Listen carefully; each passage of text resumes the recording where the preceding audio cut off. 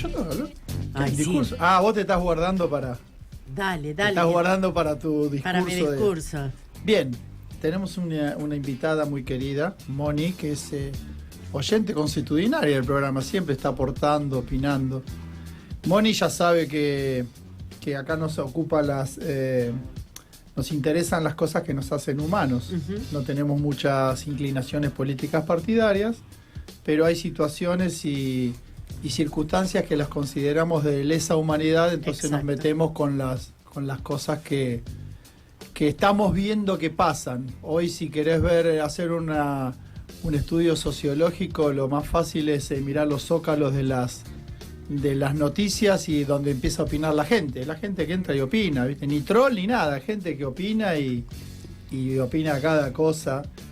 Y vengo viendo últimamente mucho comentario velado, sutil o directamente de sutileza nada, clamando por el retorno de los militares, que vuelvan los milicos, que vuelvan los militares. Y a mí esas cosas me ponen particularmente nervioso, sobre todo los tres que estamos en la mesa. Caín ya era muy chiquito, no creo que lo recuerde. Hemos convivido con eso y creo que tenemos una leve idea de lo que significa que vuelvan los militares. Yo creo que tu historia es una historia que merecía ser escuchada y contada en cualquier momento. Particularmente nos interesó escucharte, conversar, charlar, porque eso es también que vuelvan los militares. ¿Recordás? Digamos Sí. que es Mónica Silvia Ahí está. Hacklet, así está bien. A eso iba. Mónica Bien. Silvia Halket. Y Halket. soy marplatense. Y sos marplatense. Exactamente. Sufrió violencia de Estado en los años donde la violencia de Estado era moneda corriente. Terrorismo de Estado, exactamente. Terrorismo de Estado. Sí. Muy bien. Y vamos a tratar de desandar un poco ese camino cronológicamente, a ver qué te parece a vos, y lo llevamos por donde vos te sientas cómoda y por donde vos tengas ganas de hablar y contar. ¿Recordás la edad, la circunstancia y el momento en el que fuiste detenida? Sí, me recuerdo, claro, obviamente. Lo que sucede es que yo como marplatense tengo que decir que me sorprende lo que me decís. Me sorprende porque Mar del Plata fue un área muy castigada por el terrorismo de Estado. O sea, prácticamente toda una generación de jóvenes, mis compañeros, o sea, yo era muy jovencita, tenía 16 años y estaba en la Unión de Estudiantes Secundarios. 16. Pero 16 añitos y yo les mandé... ¿A qué colegio ibas, Mónica? ¿A qué colegio iba? El número 5 en ese momento, porque lo que pasa es que nosotros, o sea, mi familia fue peronista históricamente. Mi abuelo fue el fundador de la CGT en Mar del Plata. Casualmente hace 10 días se hizo un acto homenaje para recordar la fundación de la Confederación General de Trabajo en Mar del Plata, cuando la Confederación General de Trabajo representaba a los trabajadores. Claro. O sea, no quiero... Igual no hace falta. Sí. Entonces mi abuelo venía del anarquismo europeo y fue una de las personas que fundó la CGT. Ajá. Entonces, claro, te imaginas que mi familia, te imaginas que yo me crié escuchando la marchita, o sea, a mí en vez de Eran la todos canción de peronistas. cuna, sí, mi padre y toda mi familia, aparte que nosotros como familia trabajadora, si bien mi mamá es de una familia tradicional de Mar del Plata, mi padre era un trabajador, se enamoró de un trabajador, y mi padre era empleado de casino, entonces nuestra primer vivienda fue por el plan quinquenal De Perón. Entonces te imaginás que podía salir yo. ¿Cómo O era, sea, yo Silvia? Andate a antes del golpe, a cuando Sí, vos sí, eras, sí. tenías 14 años. 12 años exactamente, estaba en el último año de la primaria. En el último año de la primaria. Sí, ¿Cómo eran los chicos de esa época? Divinos. ¿Cómo los recordás? ¿Cuáles eran Divinos. los intereses? ¿De qué hablaban? Y muy inquietos, muy curiosos, o sea, yo siempre fui, y mi generación ha sido una generación muy curiosa en el buen sentido, ¿no?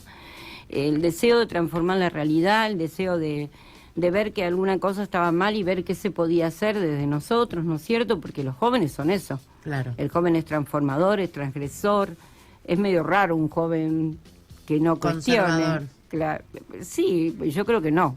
No sé, hoy en día yo tengo hijos. Pero nosotros éramos tremendos. Yo tenía 12 años y leía a Hernández Arregui.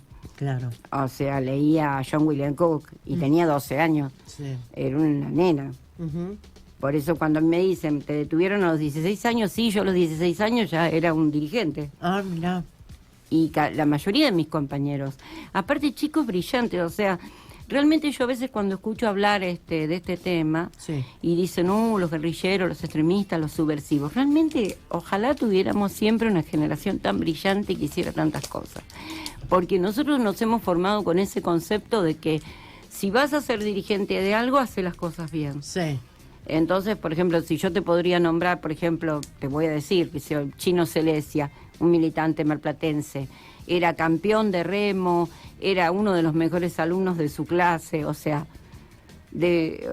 toda esta historia que se hace de que, no sé, éramos asesinos y un montón Pero de basta cuestiones. basta ver, mirá, ahondar en las vidas familiares de muchos de ellos para darte cuenta que a qué tipo de gente se atacaron y por qué.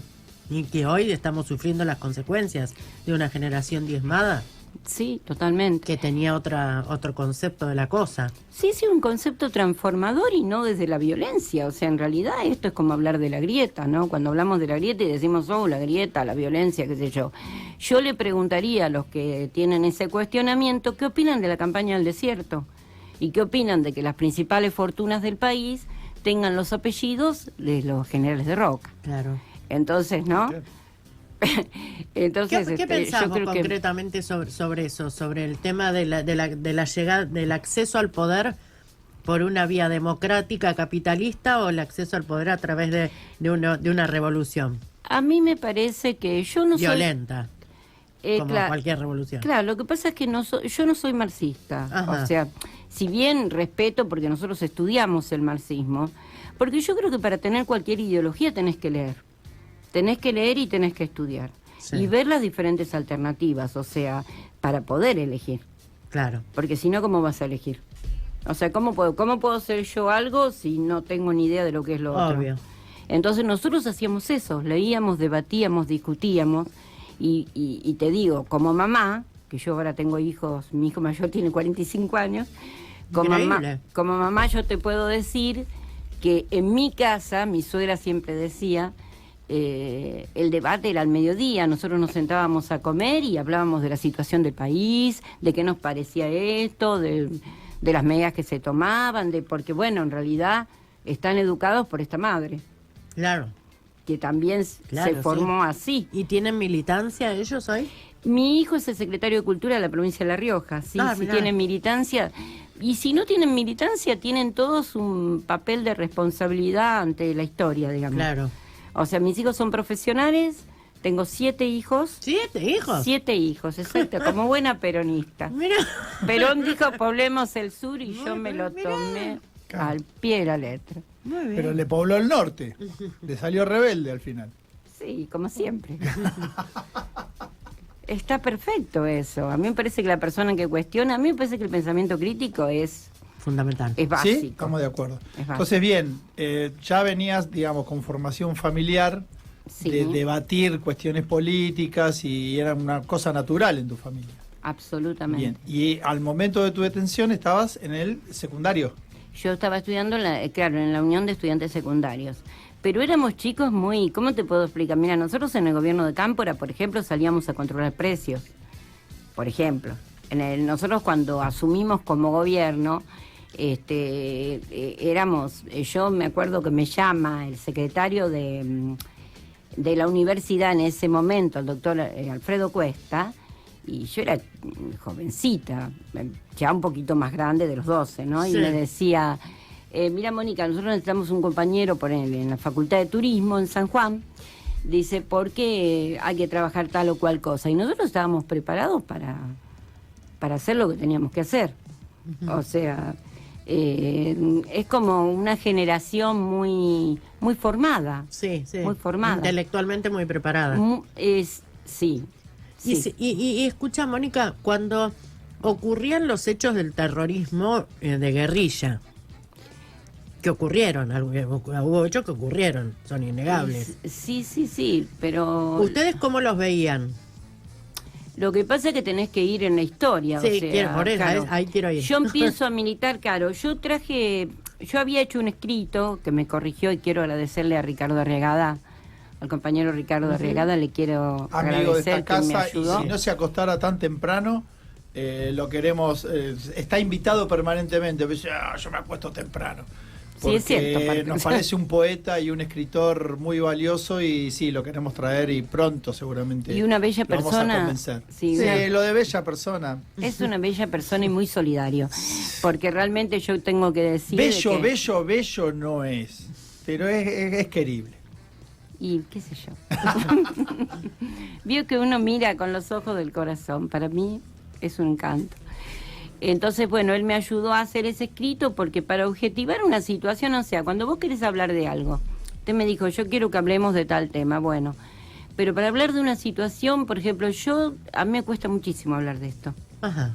porque fue muy doloroso para mí, porque era muy chiquita y realmente no la pasé nada bien. Claro, me imagino. Hay que pensar que acá no funcionaron los poderes como tienen que funcionar, no hubo juicios, o sea, cuando hablamos de la teoría de los dos demonios, ¿de qué hablamos? Tenía 16 años yo. Sí. Está bien, claro. muy demoníaca no era. Sí. Al contrario. Pero esto que te pregunto, vos estabas en una agrupación, eras orgánica. Sí, señor. Sí. Y cuando veías en el año 75, 74, 75, hubo hechos producidos desde la guerrilla, digamos. Hechos de violencia hubo en la Argentina, ¿o no? ¿A nivel Mar del Plata? No, a nivel país. No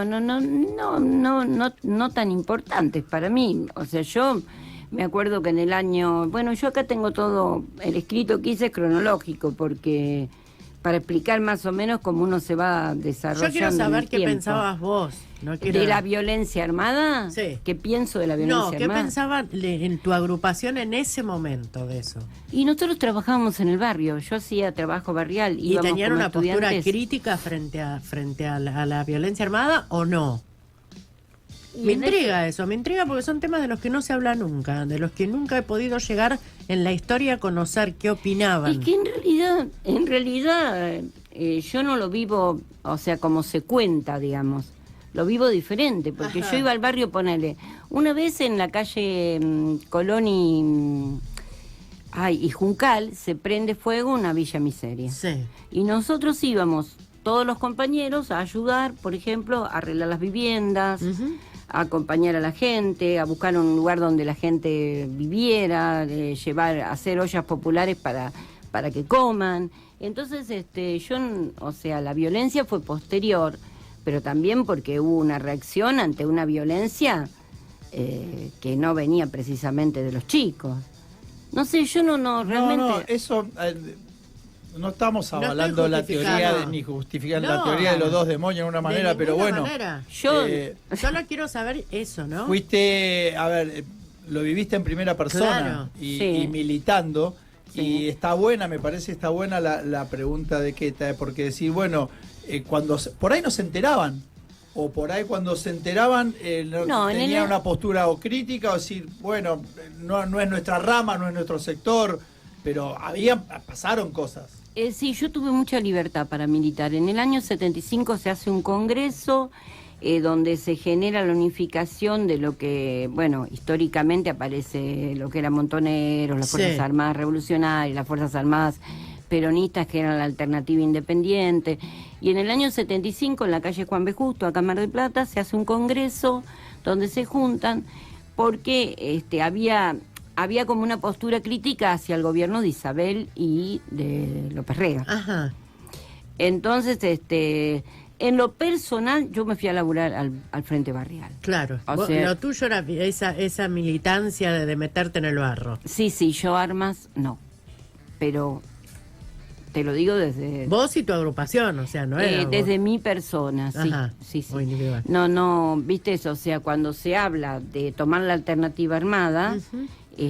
yo me retiro y voy a trabajar al Frente Barrial porque tenías esa libertad.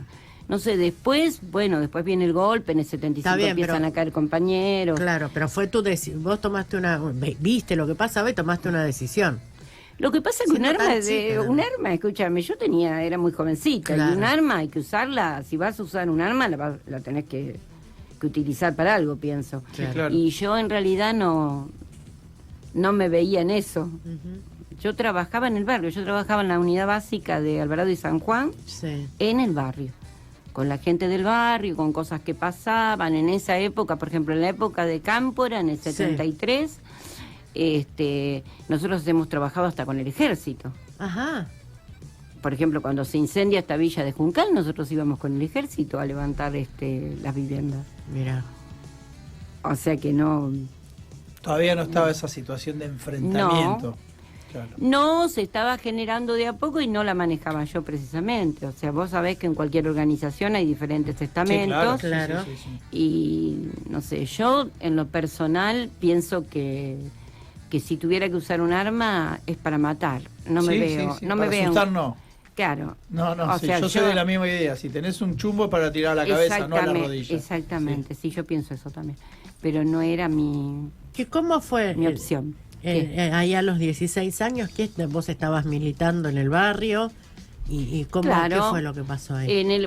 Cuando ¿Cómo se fue? hace este congreso en la avenida Juan B. Justo, donde se unifican FARC y Montoneros, se plantea alternativa armada, porque se veía venir, y ya se veía venir, Ajá. ¿no es cierto? Y se veía venir, digamos, nubarrones. ¿Ah, sí? Sí. ¿Sí? Entonces se plantea y en ese momento yo tomo la decisión de parar un poco no me terminaba de convencer el hecho de cómo íbamos a enfrentar, un poco como la guerra de las Malvinas, más o menos, cómo vamos a enfrentar nosotros A semejante monstruo que es el Estado. Sí, más un Estado que estaba ejerciendo, porque lamentablemente es así, hay que decirlo también. Estas cosas no se dicen, yo no sé por qué no se dicen. Se habla de los pibes, pero no se habla de cómo funcionó el Estado en ese momento. ¿Cómo funcionó el Estado? Y no había, por ejemplo, vos ponele, yo pregunto, cometo un delito, ¿no es cierto? ¿Qué es lo que corresponde? Juicio, castigo. Bueno, a nosotros nos sacaban de los pelos, a mí me sacaron de los pelos y a las trompadas de mi casa con 16 años. Y casualmente eso cuento yo en el escrito porque necesito objetivarlo, sacarlo de mí porque me es muy difícil contarlo en primera persona. Ah, sí. Y lo cuento en tercera persona, sí, todavía a pesar de los años de terapia que tengo, me cuesta muchísimo porque pasaron cosas muy feas. Sí, claro, sí. Hubo mucho abuso. Entonces, yo no sé quién puede defender lo que pasó en ese momento. Yo tengo 7 hijos y quiero que mis hijos puedan elegir, pensar y decir lo que creen, trabajar, estudiar lo que se les cante, viajar, lo que quieran hacer, y no quiero que nadie los lastime porque... Obvio. En porque función son de esto rebeldes. de que te resulta doloroso hablarlo, Muy doloroso, sí. ¿preferís que no hablemos del hecho puntual No, yo de lo tu, escribí. leerlo de tu como... detención y tu Y secuestro? yo preferiría leerlo porque para mí es mejor. Sí, claro. Sí, dale. Si Claro. no les molesta. Pero No, por favor, lo la idea es último- que estés La idea es que vos cómoda, estés cómoda, y- claro. Para mí, que lo que hables pasa es las que cosas ya me que quieras pasó. hablar. Ya me pasó que por ahí me pongo mal. Claro. Porque a pesar de que una vez una persona me dijo, se nota la herida, y sí, se nota la herida, la verdad Claro, que ¿Y sí. cómo no se va a notar una herida de esa? Pero hay gente, Claro. hay gente que quiere que vuelvan los milicos y hay gente Y que por piensa eso- que no tenemos que estar heridos las personas que nos pasaron estas cosas que no son justas. Por eso Claro. queríamos Porque escuchar acá no hubo juicio. Por eso queríamos O sea, escuchar. No había ningún tipo de garantía constitucional. No, Obvio, no, mi padre obviamente. presentó un habeas corpus porque yo era una nena que vivía en mi casa con papá, mamá y mis hermanos y el habeas corpus mía nunca apareció y a mí me sacaron de mi casa Sí, sí. Claro. Y Y yo un era- caso que se aclaro- replicó en miles de casos. y era menor de edad. Claro. O sea, se infringió la ley por todos lados, ya que los legalistas tienen ganas de hablar de esas cosas, hablemos de esas cosas. ¿No es Si vos cierto? estás en tu casa y estás escuchando la Mónica y por ahí tenés un hijo, una hija de 16 años, vos ves lo que es un hijo o una hija de 16 años y el tipo de inocencia que se tiene a los 16 años y ponete un poco Sí. en la situación, en la piel de Mónica y de los padres de Mónica también quisiera hablar de eso. Imagínate que te pasara esto, ¿no? Que le pasó a ella. Sí, a mí me gustaría compartir este escrito con ustedes, con los que están escuchando, porque es importante que mantengamos la memoria. Es importante, a veces yo creo que somos cortos de memoria y nos olvidamos de las cosas que pasan, y estas cosas no debieran pasar. O sea, si alguien comete un delito, y bueno, para eso está la división de poderes, señores, estamos en una democracia. Y para eso tienen que ir a juicio y demostrar, como se demostró con los señores militares, se demostró que habían cometido delitos. Entonces yo quiero leer esto para compartirlo con ustedes y que ustedes vean el testimonio de una persona que lo sufrió en carne propia. O sea, Claro. bien. Dice así: comenzó a recordar. Su viejo le había dicho: no quiero que vayas más a ese barrio, la mano viene dura. Ella trataba de hacerlo parte de sus sueños. Esto va a mejorar, papi, quiero participar. Tenía 16 años, ella creía. ¿Y qué era todo esto? Este lugar sombrío, estos hombres que la trataban con tanto odio. Nunca se hubiera imaginado un lugar así. Lloraba por los suyos, por los gritos de terror que escuchaba. No entendía qué hacían, qué pasaba. Hasta que le tocó el turno. Abrieron la puerta y la sacaron a empellones. A tirones le arrancaron la ropa y la acostaron de prepo en un elástico sin colchón. La mojaron.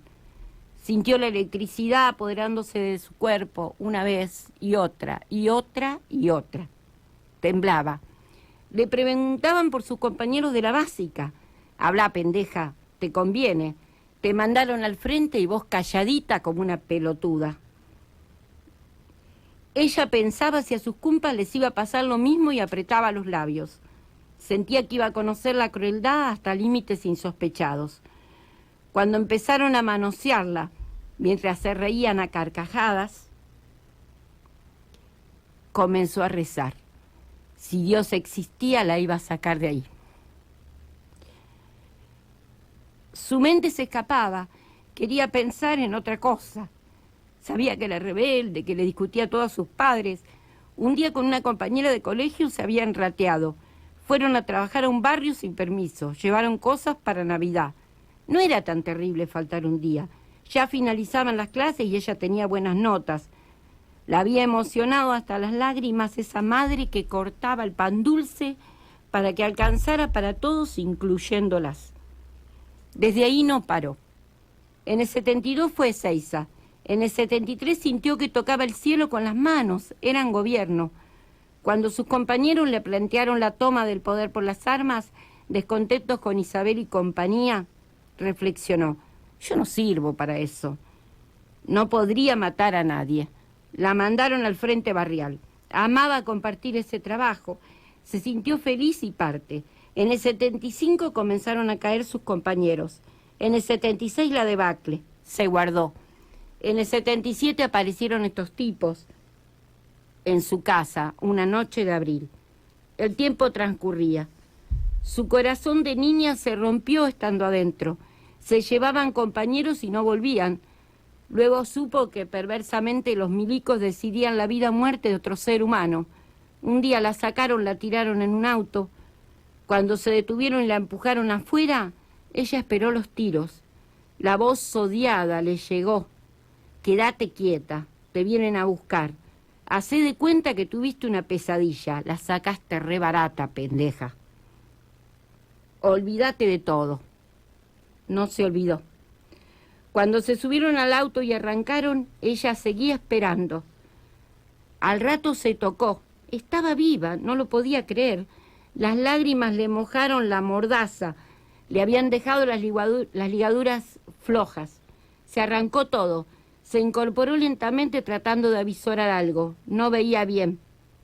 Poco a poco fue recuperando la visión. Reconoció el paisaje. Era la ruta 2. A lo lejos divisó una luz.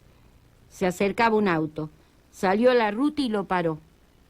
Su cabeza a 10.000. Bajó un señor. ¿Qué te pasó, bonita? ¿Qué haces acá a esta hora?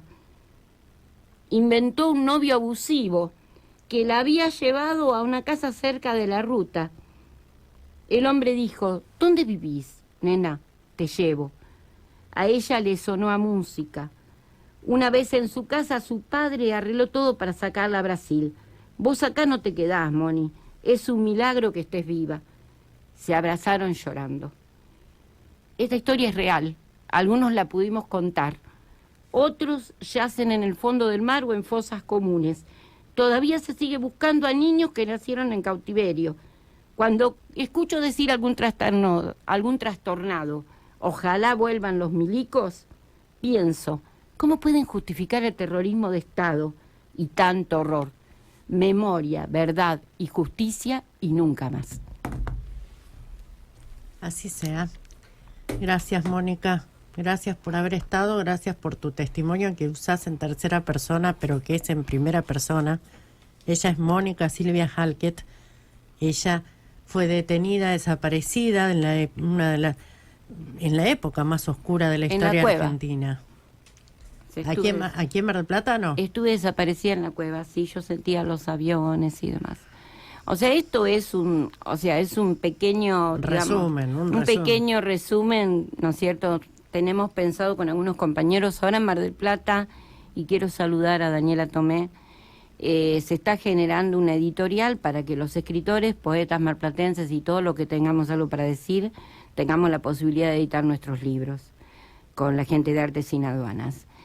Y este es un pequeño resumen, pero la idea es hacer un libro y bueno, el que tenga ganas de contar su experiencia, porque hemos sobrevivido y está bueno que lo digamos y está bueno que lo contemos y está bueno que los pibes que no conocen la historia real y que por ahí leen los medios del poder sepan cómo fueron las cosas. Sí, sobre todo en épocas en las que se banaliza tanto, ¿no? Y tantas situaciones se han banalizado al pensarlas, al conversarlas, al hablarlas, se han banalizado tanto que sin duda requieren un parate y decir, no, con esto no. Claro, y sobre todo no ensuciar a la gente, porque vos sabés que a veces cuando hablan de mis compañeros, yo los conocí. Claro. Tomaba mate con ellos, iba al barrio con ellos, sé cómo eran. Entonces a mí no me la van a contar. Hubo mucho, ¿sabés qué, Mónica? También intencionado, por supuesto, pero hay mucho y hubo mucho oscurantismo sobre sí, toda esta etapa. Sí. Vos pensás que yo fui al colegio y estudié historia argentina hasta o sea, los gobiernos peronistas no se nombraban. En esa época no se nombraba a Perón, no, adentro, pero no en la calle, no, adentro de las casas, en la vida estaba cotidiana. Prohibido nombrarlo. Pero más allá de que estuviera prohibido, adentro de las casas, sí, era sí, tal sí, el terror. Hasta en los núcleos familiares. Era tal el terror que no se hablaba. El riesgo o la sospecha o la paranoia de que un primo, un cuñado o quien sea te delatara por haber nombrado a Perón no se lo podía nombrar, ni siquiera dentro de las casas. Eso es lo que a mí más me llama la atención, hasta dónde llegaba el terror, ¿no? De no poderlo nombrar en una cena familiar, que vos decís, no nos escucha nadie. Era una época en la que tampoco había, como ahora, los celulares que escuchan todo, o sea, y sin embargo no, el terror había llegado a la médula de la sociedad, ¿no? Sí, claro. Vos sabés que yo soy asistente terapéutica, aparte de ser productora de radio, y hace unos años tuve un paciente que había estado en la Guerra Civil Española. Ajá. Y en España pasó exactamente lo mismo bajo el gobierno de Franco. Claro. Por ejemplo, la gente, los catalanes, no podían hablar su lengua. Claro. Porque Franco había dicho, bueno, la lengua de España es el español, digamos, el castellano, y ellos tenían que hablar, y dice que hablaban a escondidas para poder hablar su catalán. Claro, como ellos se entendían. Pero fíjate que Franco les deja al rey puesto y acá se le hizo un juicio a las juntas. Creo que hay que rescatar también eso, ¿no? Es uno de los pocos países en la historia del mundo, la Argentina, que después de una dictadura tiránica y salvaje, se sentó, la revisó, la condenó, la metió presos. No es muy común que pase eso después. Un juicio ejemplar y reivindicado en todo el mundo. En general los países hacen eso de bueno, borrón y cuenta nueva, siga. Claro, sí. De esto no se va a hablar y fue una pesadilla, como te dijeron a vos. Sí. Y sin embargo no. se les dio las garantías constitucionales que ellos no le dieron cuando tuvieron el poder a la gente que metieron presa o desaparecieron. Y con esas garantías se los juzgó y se los encontró culpables. Sí. Y a las mujeres acá se las ha indemnizado también por daño gravísimo. No sé si es la figura legal, pero en la Secretaría de Derechos Humanos de Capital Federal, por daño gravísimo, porque a las mujeres se las sometía a todo tipo de vejámenes. Claro. Y a muchos hombres también. Y cuando se ha ido a juicio, por ejemplo, yo le contaba una vez a Juan que el fiscal me preguntaba qué sentía cuando me violaban. Uh-huh. O sea, violaciones colectivas, ¿no? Sí. Porque aparte éramos lindas pibas, jovencitas, entonces, ¿no? Y nos merecíamos eso por pensar diferente, digamos. Entonces, yo le contesté que no iba a alimentar el morbo de nadie. Claro. Porque no... Me parece terrible el manejo que hay con las mujeres, terrible. Y yo creo que algo muy bueno que tuvo el juicio fue indemnizar también esas situaciones puntuales. Porque nadie goza de una violación. Ni hablar, ni hablar. Pero hay que decirlo. Mónica. Porque si no, es como que no pasó. Pero claro, todo hay que decirlo. Y mientras más fuerte se diga, mejor. Sí. Por eso yo me interesaba ver también aristas de las que, ya te digo, todo este oscurantismo que ha habido con respecto a Montoneros, a LERP, como si fueran cosas fantasmagóricas en el imaginario colectivo. Para Montoneros es un grupo de asesinos. A ver si nos entendemos. Bueno, habría que ver a qué pensamos que es un asesino. Bueno, pero nunca se explicó. No, porque nunca se explica, justamente en ese oscurantismo no se separó nunca paja de trigo, era todo en la misma bolsa, no se habló de nada, o sea, todo una bolsa como hoy me decías a la mañana, ojalá esté escuchando Mariano Garbini, que es el excombatiente que vino el mes pasado. Lo mismo, no hablen de esto, lo mismo que te pasó a vos, no hablen de esto no se habla, esto fue una pesadilla, no hables con nadie de esto. Y es oscurantismo tras oscurantismo, y el oscurantismo lo único que alimenta son mentiras y tergiversaciones. Exacto. Entonces se termina contando una historia que no tuvo nada que ver con la realidad, justamente por no poner luz en la historia verdadera. Vos pensás que lo que los ciudadanos, como yo, que no era muy chiquita, yo no viví esa época, la versión de lo que es el ERP o los Montoneros nos la dio Neustadt. O sea, así fue. Nosotros nos criamos con Neustadt reporteando a Firmenich. ¿Te imaginás la idea que tenemos de la cuestión?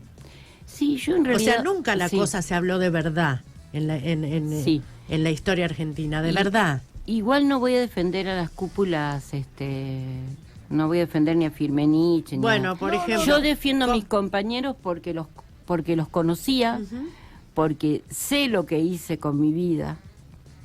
Yo, por ejemplo, en La Rioja, cuando volví del exilio, porque me tuve que ir del país. ¿Te tuviste que ir del país? Me tuve que ir del país porque a la semana, y muy jovencita, chica, porque... a la semana que me largan, me van a buscar de nuevo a mí. Ay, entonces mi padre con gran tino, no, como contaba el otro día, que también yo escuché cuando estuvo este chico, el hijo de Marta, Juan Marco Candeloro, mi padre con gran tino me dijo, vos te vas de acá. ¿Y a dónde te fuiste, Mónica? Y me sacaron a Brasil. Esas cosas, o sea, yo no estoy muy de acuerdo tampoco con algunos libros que cuentan cómo sobrevivimos. Ajá. Porque el aparato represivo es algo que está. O sea, no es cierto. Yo creo que realmente los que piensan que hay que o sea, lo voy a decir, o sea, y me hago cargo. Sí, claro. Me hago cargo. Los que piensan que votar a la derecha y que vuelvan los milicos es una buena opción, la verdad, chicos, que les sirva de ejemplo lo que les estoy contando para que sepan que no es una buena opción. O sea, la fuerza, a ver, nosotros podemos pensar diferente, pero qué bueno que podamos pensar diferente, y qué bueno que podamos discutir, y qué bueno que podamos decir, no, yo la verdad que me parece que es así o que es de la otra manera. Y qué bueno que lo podemos decir. O sea, sin tener el miedo de salir acá a la puerta y que me lleven de los pelos. Seguro. Mónica, muchísimas gracias por haber venido. A Es un usted. honor que hayas estado acá.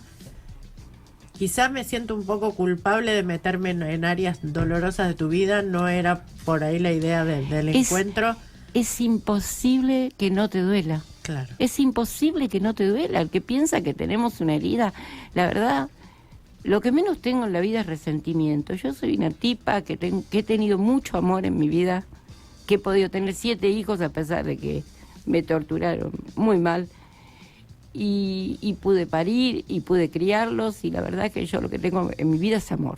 Pero el dolor es imposible no tener.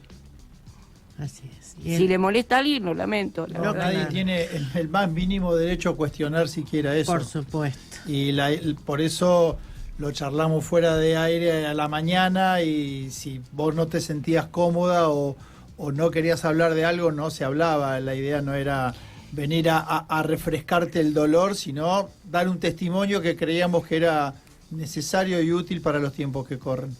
Yo les agradezco